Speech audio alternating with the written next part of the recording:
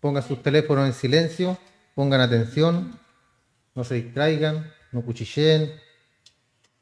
¿Qué más? No se duerman. Estamos ya terminando, hermanos, por la carta a los romanos. Estamos viendo, hoy día veremos el capítulo 16, del 1 al 9. Y vamos a estar, ¿cierto?, hablando acerca del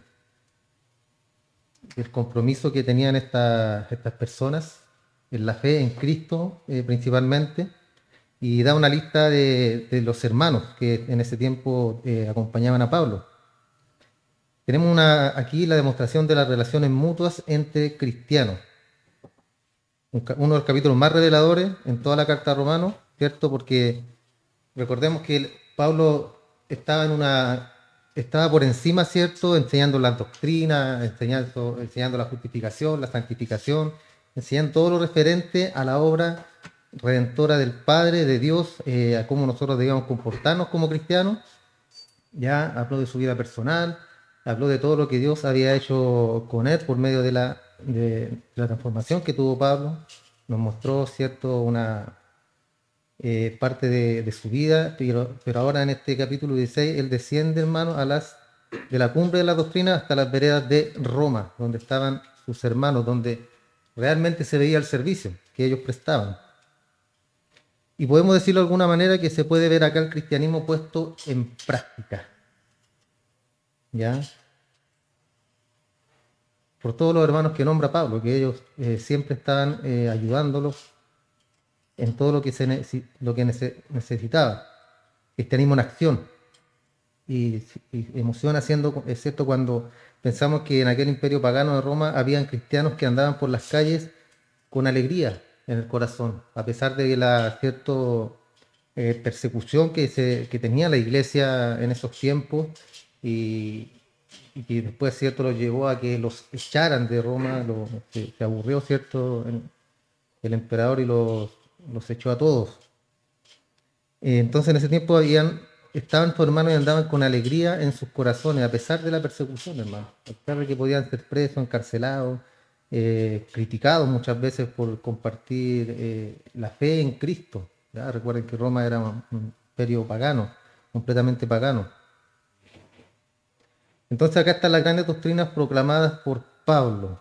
Y estos no fueron proyectiles dirigidos hacia el espacio, sino vehículos que verdaderamente se desplazaron por los caminos de Roma. Fueron ellos, ¿cierto? Recuerden que la palabra, cuando dice la Biblia que no está presa, es porque está en cada uno de nosotros. La palabra, la escritura, el evangelio. Entonces, en estos hermanos, el evangelio se tradujo en vida y se tradujo también en realidad, que es lo que es la vida práctica cristiana, ¿cierto? Que es lo que nosotros debemos también reflejarle a las personas, no solamente hablar de quiénes somos, sino que demostrar por medio de los hechos quiénes somos. Y es mejor aún, ¿cierto? Por medio de nuestras obras, por medio de cómo yo me comporto. Porque yo puedo hablar, puedo tener mucho conocimiento de la escritura, mucho conocimiento bíblico, pero si mi vida, ¿cierto?, personal no demuestra o no refleja lo que yo creo, algo anda mal. ¿Cierto? Podemos tener mucho conocimiento, podemos ser personas muy sabias, muy entendidas, pero si soy un mal esposo, soy un mal padre, soy un mal hijo, no respeto a mis vecinos, me comporto como cualquier ser humano común y corriente, ¿cierto? Una persona que no ha sido salvada, algo anda mal, pues, no. Es solamente, pasa a ser solamente conocimiento y no práctica. Porque si yo enseño la escritura, hermano, también debo practicar lo que yo predico, practicar lo que yo hablo, que se refleje en mi vida.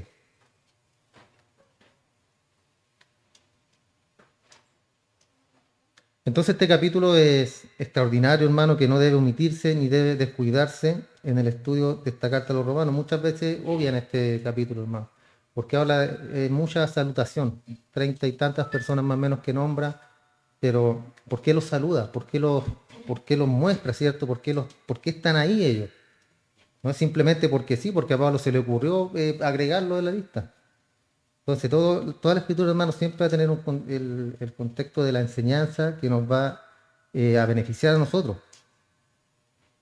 Alguien dijo por ahí que este capítulo 16 ha sido desatendido por muchos para su propia pérdida. Entonces, en primer lugar, aquí hay 35 personas que menciona Pablo en este capítulo.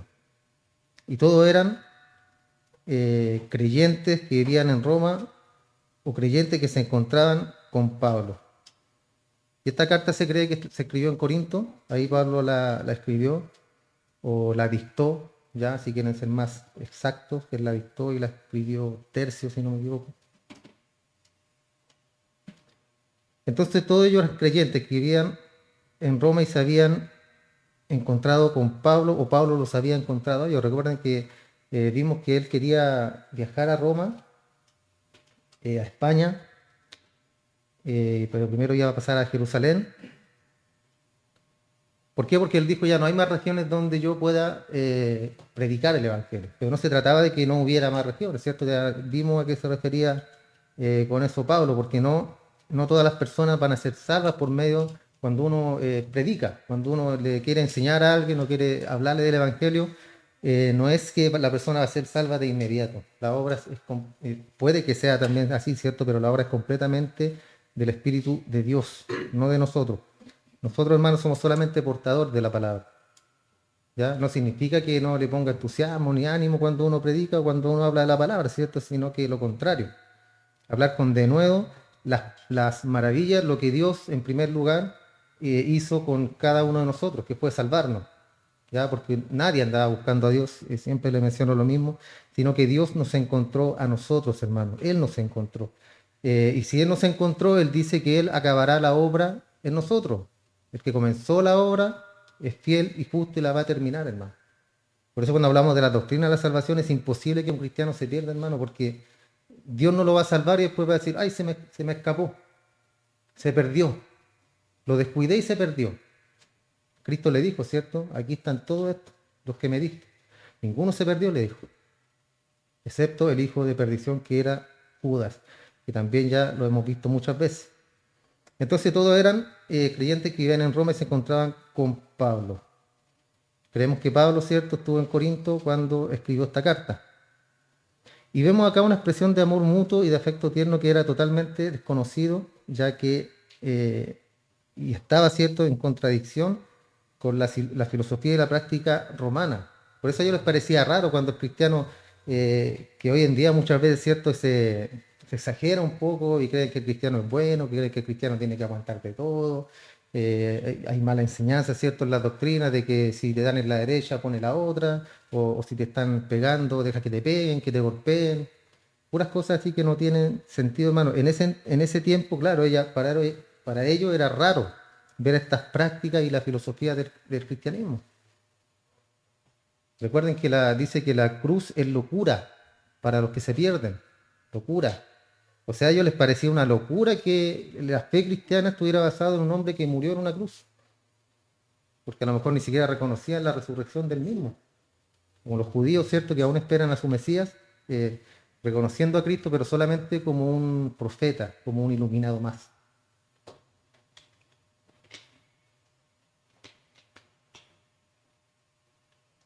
Ellos veían a sus dioses, ¿cierto?, de la mitología griega, y eran fantásticos, gigantes, ¿cierto?, poderosos. Entonces les predicaban a un Cristo en la cruz y no les parecía muy agradable, ¿cierto? No era como muy que te convenciera tanto que un hombre murió en una cruz para, para pagar, ¿cierto?, por los pecados de todo el mundo. Entonces estos cristianos eran diferentes, hermano. Y no es extraño que en Roma se admirara de ellos.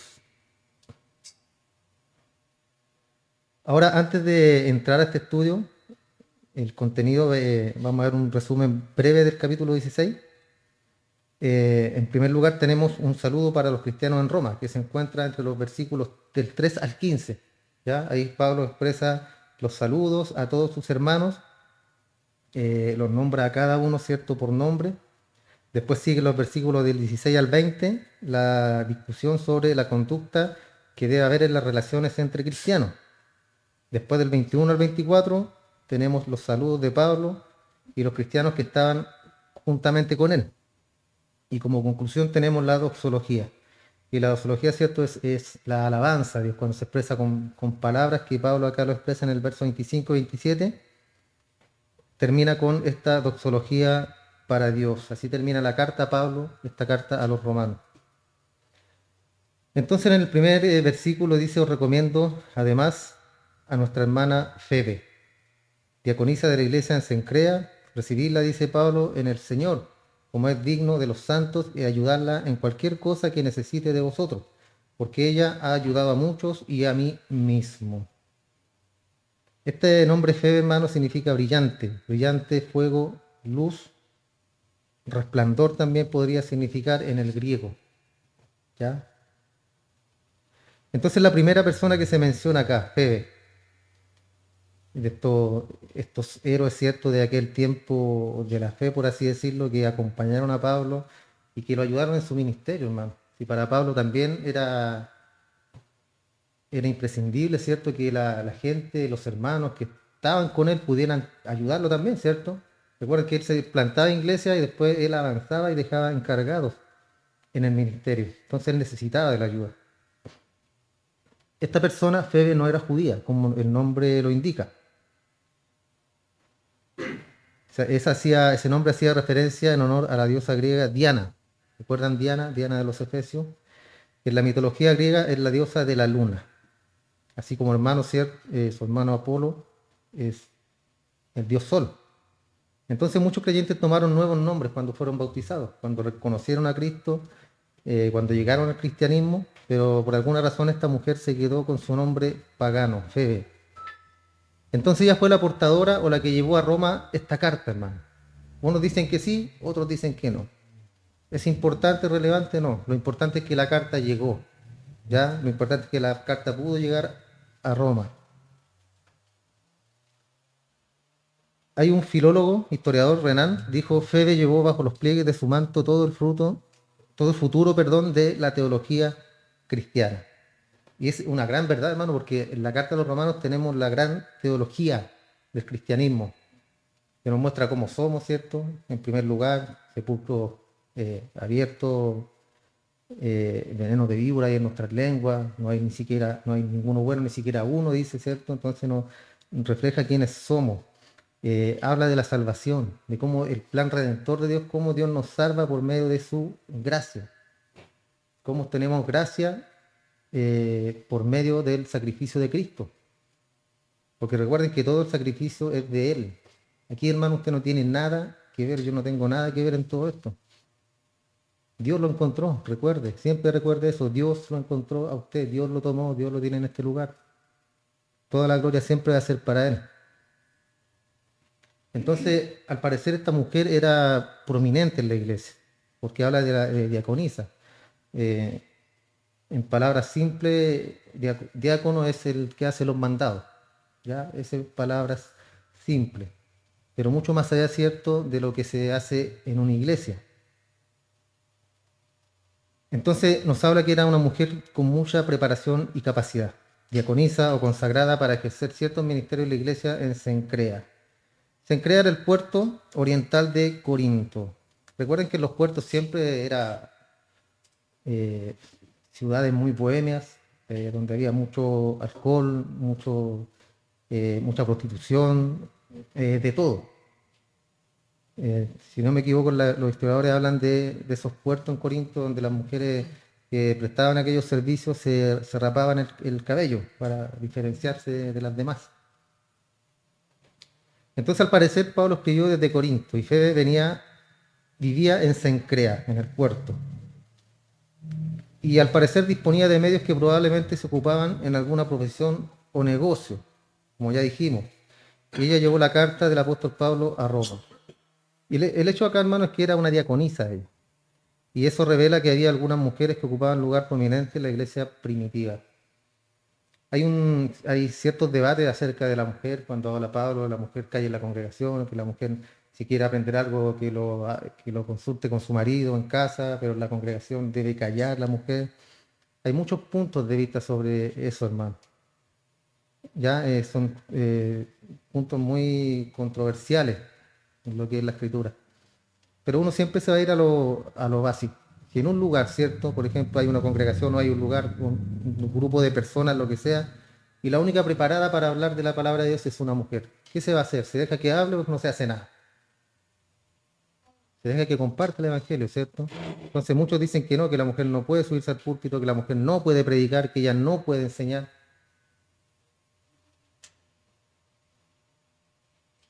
Cuando hablamos acerca del pastorado, ¿cierto? A la pastora se le dice pastora por el pastor, obviamente, ¿cierto? Pero no porque ella tenga el llamado pastoreal, sino porque es el esposo del pastor, la esposa del pastor solamente. Pero eso no significa que la mujer sea dotada, hermano, para predicar, para hablar del Evangelio.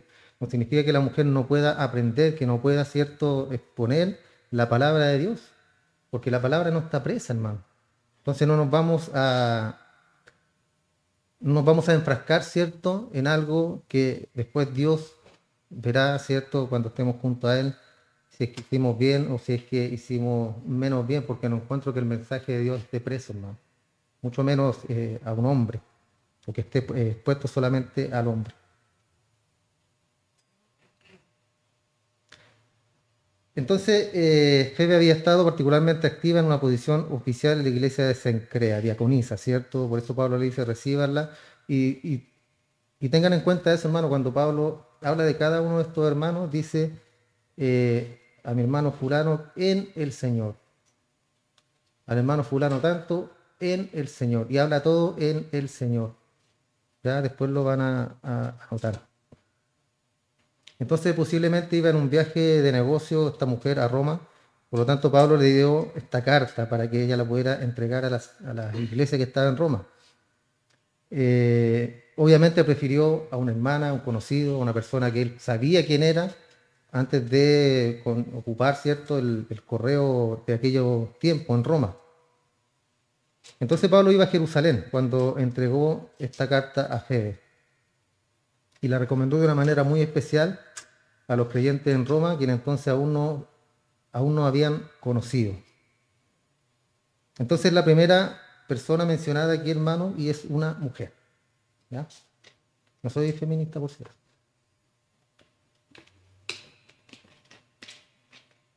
Pero era una mujer. Versículos 3 y 4. Aquí habla saludos para los creyentes en Roma. Es saludar a Priscila y a Aquila, mis colaboradores en Cristo. Ahí lo menciona en primer lugar. Mis colaboradores en Cristo Jesús, que expusieron sus vidas por mí, a los cuales no solo yo doy las gracias, sino también todas las iglesias de los que no son judíos o todas las iglesias de los gentiles. Aquí tenemos a Priscila, que significa pequeña prisca o pequeña antigüedad, y Aquila, que significa águila. Buen nombre, ¿eh? Entonces en aquel tiempo había iglesias formadas por creyentes que no eran judíos. Recuerden que Pablo, el apóstol a los gentiles, él se encargó de todo ese ministerio una vez que también le predicó a sus hermanos judíos. Entonces este era el caso de la iglesia en Roma. La mayoría eran no judíos. Priscila y Aquila, un matrimonio judío, ¿dónde los conoció Pablo y en qué sentido fueron sus ayudantes? ¿Dónde se conocieron ellos? Lo que le hablaban delante cuando se produjo esta ola de antisemitismo en Roma y tuvieron que salir de la ciudad. Eran muy sediciosos los judíos, hermanos. Recuerden que ellos se quedaron con la imagen del Cristo Salvador, del Cristo político, del Cristo que iba a derrocar al imperio y que iba a ponerse él como rey y que iba a gobernar, ¿cierto? Y iba a sacar a los judíos del yugo de Roma. Eso es lo que ellos esperaban. Entonces hacían revueltas. Por tal motivo, ¿cierto? Los echaron, tuvieron que irse, salir de la ciudad. Y aquí se habla de Priscila y Aquila, que llegaron a la ciudad de Corintio y establecieron allí su negocio. Era un importante centro comercial, como todos los puertos, ¿cierto? Son principales centros comerciales. Y Pablo también se ocupó allí, perdón, de su trabajo. El practicar el mismo oficio hizo que se conocieran Pablo y este matrimonio, hermano, y le guió a creer en el Señor Jesús. Esta pareja se menciona en primer lugar, primera vez en el libro de Hechos, capítulo 18, verso del 1 al 3. Dice: después de estas cosas, Pablo salió de Atenas y fue a Corinto, y halló a un judío llamado Aquila, natural del Ponto, recién venido de Italia con Priscila su mujer, por cuanto Claudio había mandado que todos los judíos salieran de Roma. Se fijan, aquí lo menciona porque nuevamente, ¿cierto? Eran sediciosos, andaban haciendo barricadas, prendiendo neumáticos, quemaron el metro. Entonces, ¿qué pasó con él? Se aburrió. De vuelta, esperaban un líder político, ¿ya? Porque cuando los maestros de la ley, ¿cierto? Recuerden que el libro en el Antiguo Testamento nos habla de un Cristo sufriente y nos habla de un Cristo poderoso, ¿cierto? Que debía venir, iba a tomar poder, todo. Entonces a ese Cristo están esperando los señores judíos el día de hoy. Pero en realidad mostraba las dos caras de él. Pero ellos no supieron cómo diferenciarlo, no pudieron ver o no pueden ver que es el mismo Cristo, hermano. Es el mismo Cristo, ese varón de dolores. Entonces Claudio había mandado que todos los judíos salieran de Roma. Fue a ellos y como era del mismo oficio, se quedó con ellos y trabajaban juntos, pues el oficio de ellos era hacer tiendas.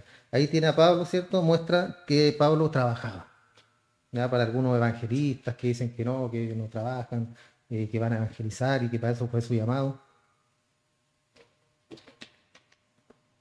Pablo hacía de todo, inclusive trabajaba.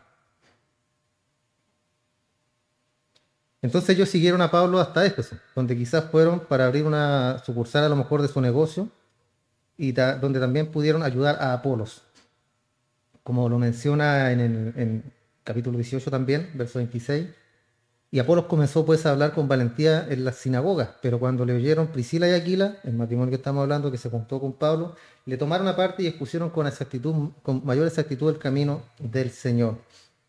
Él era un predicador ferviente, un hombre, cierto, que como dice acá, hablaba en las sinagogas, pero no tenía la película completa. Ya no tenía completo quién realmente fue Cristo, quién era Cristo, y si no me equivoco, predicaban aún el arrepentimiento de pecados, lo que predicaba Juan, ya el Bautista. Pablo les envió también en la última carta que escribió, en la segunda carta a Timoteo, capítulo 4, verso 19, dice: saluda a Priscila y a Aquila. Entonces aquí lo hallamos de vuelta en Roma. Alguien ha comentado que como Roma era un centro de operaciones y había sido ahuyentado de allí por el edicto imperial, como lo vimos cierto hace un momento, en esos 18 era natural que ellos regresaran allá tan pronto como les fuera oportuno y seguro. Y se presume que Priscila fue la que tuviera mayor experiencia, conocimiento de los dos, por cuanto, ¿cierto?, en asuntos espirituales. Por eso la menciona en primer lugar, ¿ya? Menciona a la mujer y después menciona al hombre. Verso 5. Saludad también a la iglesia que se reúne en su casa. Saludad a Epeneto. ¿Recuerdan que le dije que había nombre aquí para sus hijos, para los próximos hijos? Epeneto puede ser uno. ¿Pero sabe lo que significa Epeneto? Significa elogiado. Amado mío, dice, que es el primer fruto de Acaya para Cristo. O sea, fue el primer convertido que tuvo Pablo, este hermano Epeneto en Acaya. Y saluda a la iglesia que se reúne en su casa. Y eso, cierto, es parte de la iglesia primitiva. Y en los comienzos se reunían en casa. En las casas de los hermanos hacían las reuniones para predicar, o sea, para hablar de la palabra de Dios, para hablar de Cristo, para hablar de sus maravillas, lo que había hecho. Se dice que no hay ninguna evidencia decisiva hasta el tercer siglo de la existencia de edificios especiales que fueran usados como iglesia. El tercer siglo. Yo recuerdo cuando era pequeño íbamos al colegio, hace mucho tiempo, no tanto. Y siempre pasábamos por el camino, había una iglesia católica. Y pasábamos y era un silencio, pero parecía un sepulcro ahí. Y uno en la ignorancia hablaba, pues, y me recuerdo unos compañeros que me decían: no, cállate, si aquí no podía hablar. Aquí no se puede hablar, aquí uno entra, ¿cierto? Se arrodilla si quiere rezar y después se va. Y claro, es lo que hizo el hombre, ¿ya? Porque Dios, cierto, manda que nos reunamos, que cantemos, que alabemos, que bendigamos su nombre, que estudiemos la palabra, pero el hombre lo ha llevado, cierto, a una religión solamente, algo superficial, algo que pueda verse como que tú, para que tú te veas muy religioso, muy santo, muy pulcro, ¿cierto? Pero por dentro, ¿cómo están muchas veces, o la mayoría? No voy a entrar mejor en ese tema. Pero eso no demuestra nada, hermano, ¿ya? Nosotros sabemos que, como lo dijimos al comienzo, la religiosidad no demuestra nada. Usted puede estar lleno de conocimiento y parecer que ya se va al cielo por fuera, pero por dentro, ¿cómo está? ¿Cómo está tu comunión con Dios? ¿Cómo está? ¿Qué es lo que hablábamos el otro día con Reinaldo? Le decía, y siempre se lo he dicho a usted también, hermano, que Dios no te prueba para ver si eres o no cristiano. Él te va a probar, hermano, para ver en qué estado está tu fe, si está sólida, si está más o menos, o si está pero por el suelo la fe. Que puede venir una enfermedad, escasez económica, lo que sea que llegue a tu vida, hermano, pero la prueba es cómo tú vas a tomar eso. Con gozo, con alegría, depende de lo que pase, ¿cierto? Puede ser una enfermedad o algo, necesidad económica. Entonces ahí Dios nos va a mostrar de qué estamos hechos o qué estamos haciendo con nuestra vida espiritual, con nuestra vida de oración. Me trae, cierto, cuando hablo de esto, siempre me trae a la memoria Job, que él no estaba haciendo nada, ¿cierto? Se lo menciono siempre, estaba tranquilamente él y de repente quedó en la calle, sin nada. Entonces él dice, Jehová Dios, Jehová quitó, sea el nombre de Jehová bendito. ¿Tomaremos solamente lo bueno y no lo malo? Que para nosotros es malo, ¿cierto?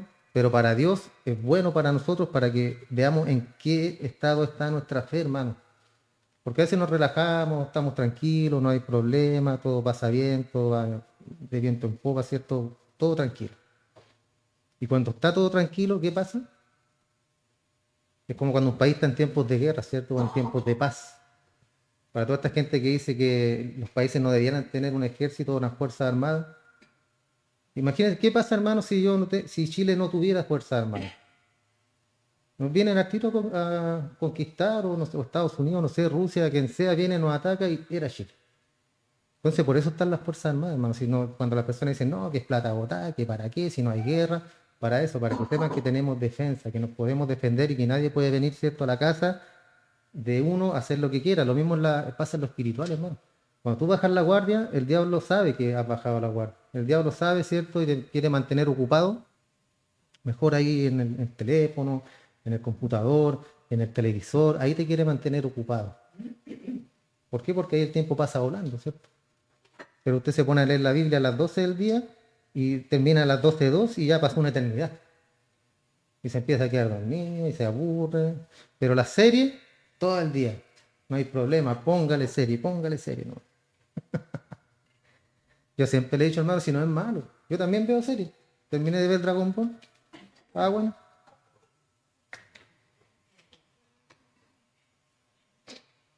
Ahora me faltan las películas. Pero para todo hay tiempo, ¿cierto? Para todo. Usted puede ver sus series, todo. Usted tiene tiempo para orar, tiempo para leer la Biblia, tiempo para estar con su familia, tiempo para salir.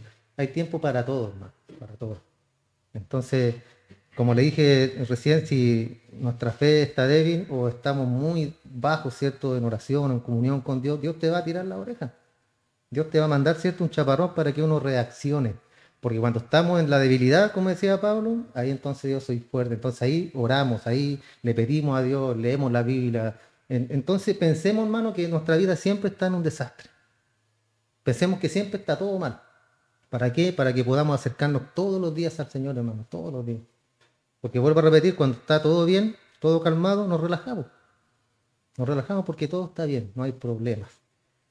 Viene el problema y ahí nos acordamos que está Dios, ¿cierto? Ahí recién, ya sí, Señor, me equivoqué todo, pero volvemos a lo mismo, como el pueblo de Israel, que les duraba la paz 40 años y volvió el pueblo de Israel a hacer lo malo ante los ojos de Dios, vinieron sus enemigos, los sitiaron, los tomaron, los mataron, llegó un juez, ¿cierto?, los libertó, volvieron a estar en paz otros 40 años y después, y volvió Israel a pecar y fueron los enemigos. Oh, hermano, así, de repente así somos nosotros, de repente así está nuestra vida, una tras otra, una tras otra. ¿Por qué? Si la palabra de Dios es enseñanza para nosotros, es para que no nos pase, hermano, para eso es.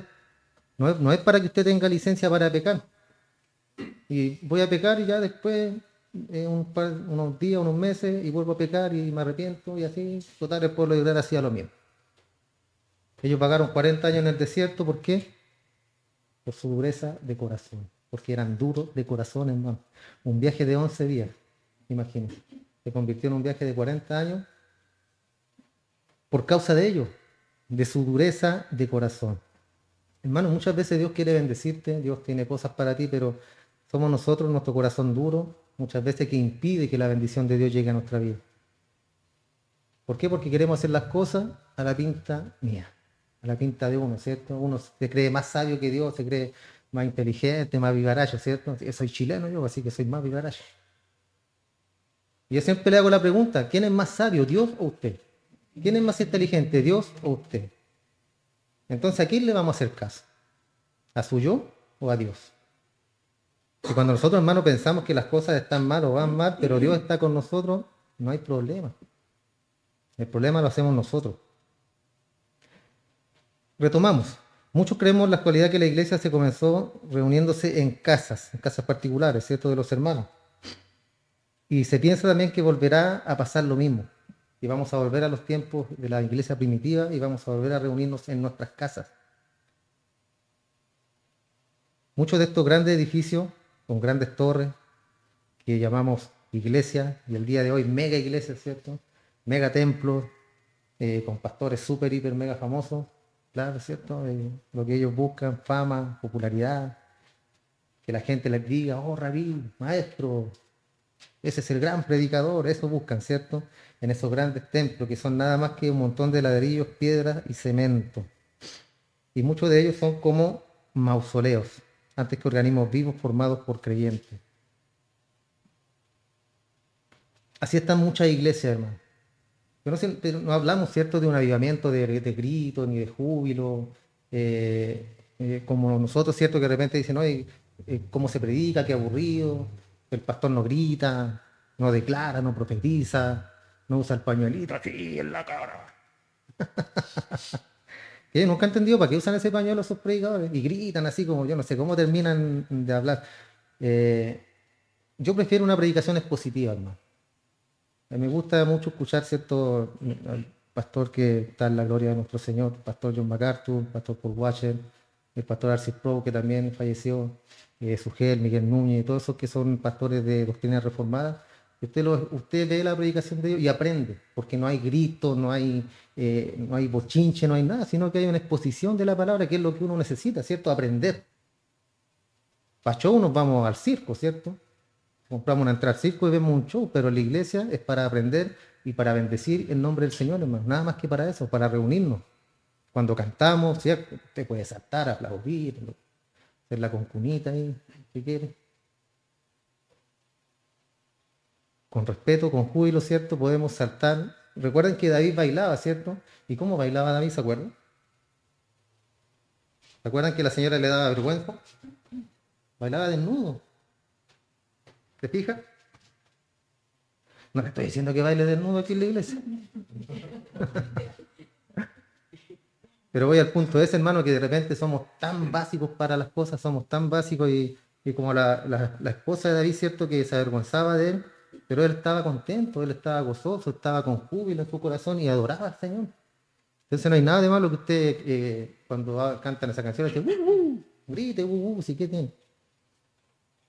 Lo importante es, cierto, que se haga todo con respeto y para el Señor, porque a eso hemos venido, no a ver espectáculos. Entonces nunca ha sido el propósito de Dios, hermano, que se hablara de la iglesia como un edificio. Se le llama iglesia a un edificio, pero ¿quién es la iglesia? Cada uno de nosotros, hermano. Somos la iglesia de Cristo.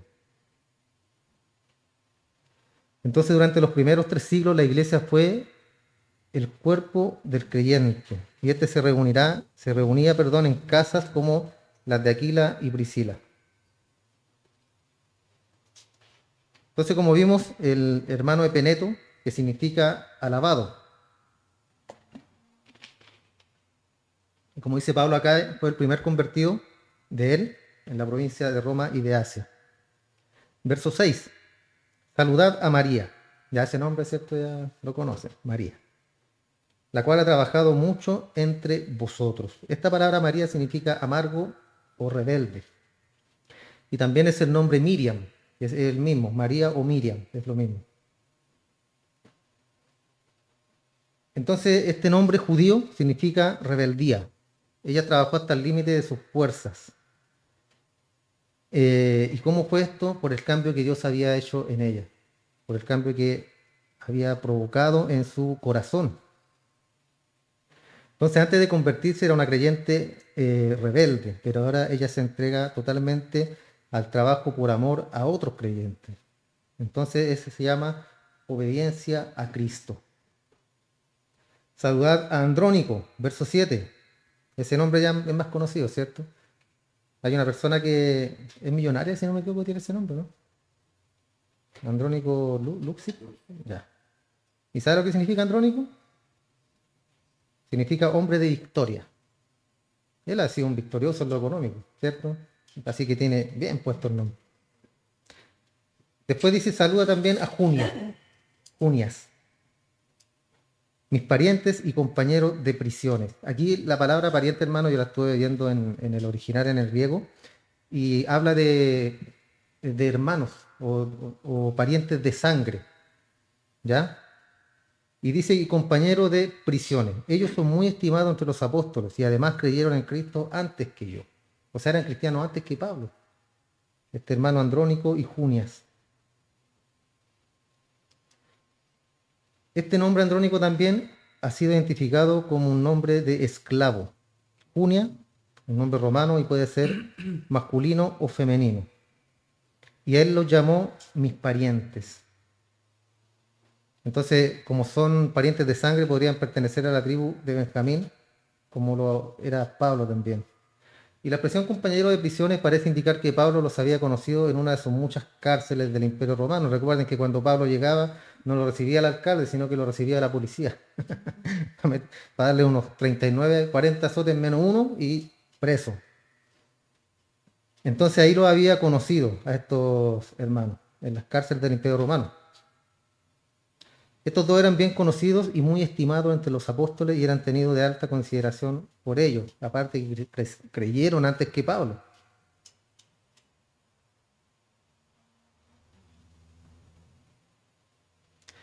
La iglesia en Roma entonces fue fundada por Pablo bajo circunstancias extraordinarias. Se había encontrado con Aquila, con Priscila, en el mercado en Corinto y con Andrónico y Junia, en una cárcel. Completamente diferente, ¿cierto? Los escenarios. Entonces ahí formaron la iglesia en Roma. Versos 8 y 9, saludad a Amplias, el nombrecito, Amplias. Amado mío, ¿cómo? En el Señor. Amado mío en el Señor. Saludad a Urbano. Amplia significa agrandado. ¿Ya? Urbano significa de la ciudad. Tiene sentido, ¿cierto? Y a él lo llama nuestro colaborador en Cristo Jesús. Y a Estaquis, amado mío. Estaquis significa espiga de grano, parada fuera del tallo. ¿Qué se le viene a la mente con eso? Un choclo, ¿cierto? Una mata de choclo. Es que eso es, hermano, si no se ría.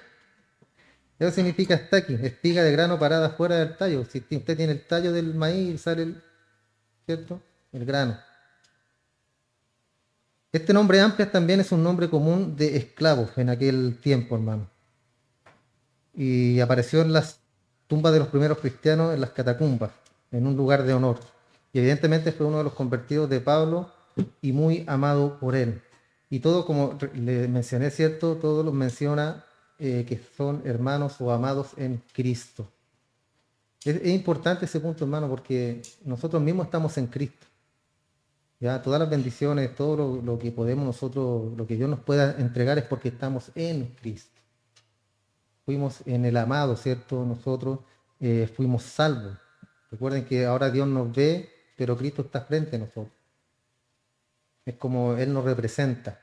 A eso se refiere a lo que estamos en Cristo Jesús. Urbano, criado en la ciudad también podría significar.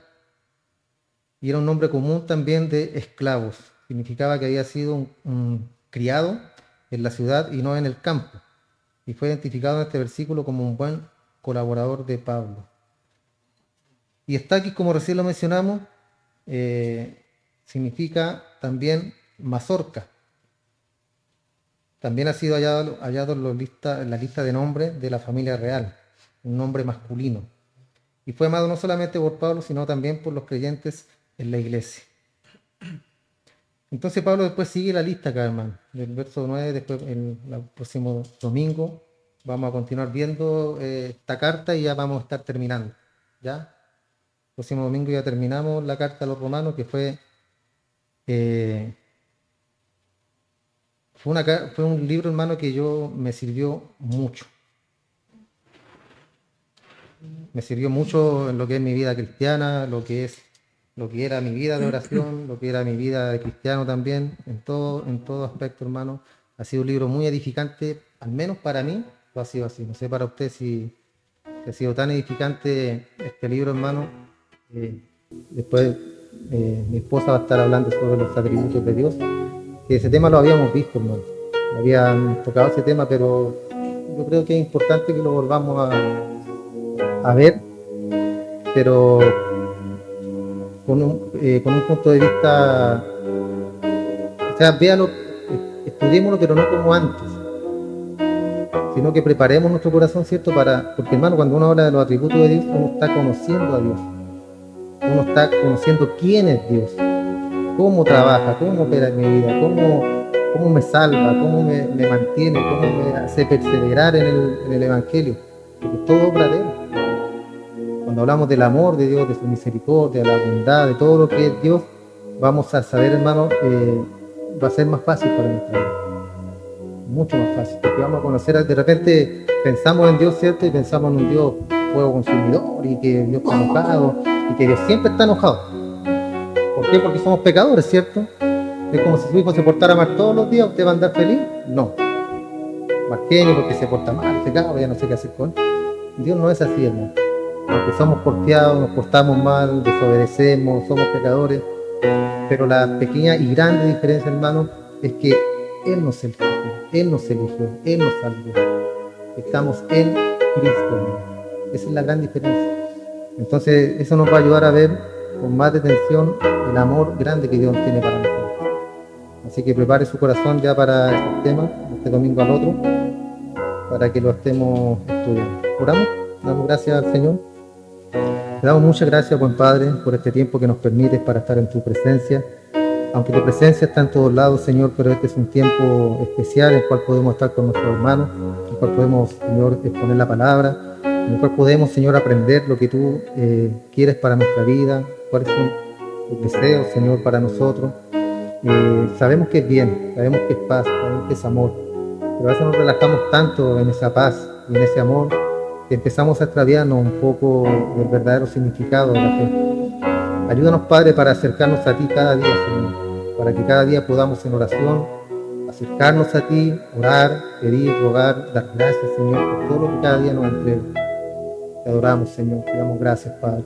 Eres tan bueno, Dios, tan bueno, Padre, glorioso, que no alcanzamos, Señor, a dimensionar cuán grande salvación nos has entregado en nuestra vida. Muchas veces desviamos nuestra mirada o nos encierra las cosas de este mundo y se nos olvida que somos solamente peregrinos en esta tierra. Estamos de paso, Señor. Aunque el mundo, Señor, nos atrapa muchas veces, aunque el mundo con sus afanes, con sus quehaceres nos atrapa, pero, Señor, queremos nosotros que es el Espíritu que está dentro de nosotros cada día nos redarguya, nos guíe, nos amoneste, Padre, a la oración, nos amoneste, Señor, a la lectura de tu palabra. Pero no solo que sea una amonestación y que la recibamos, sino que actuemos, que lo hagamos, Señor. Es la única forma que nuestra fe crecerá, estando en comunión contigo y conociéndote cada día más por medio de la Escritura, Señor. Te damos muchas gracias por este tiempo, Señor, en el nombre de nuestro Señor Jesús. Amén.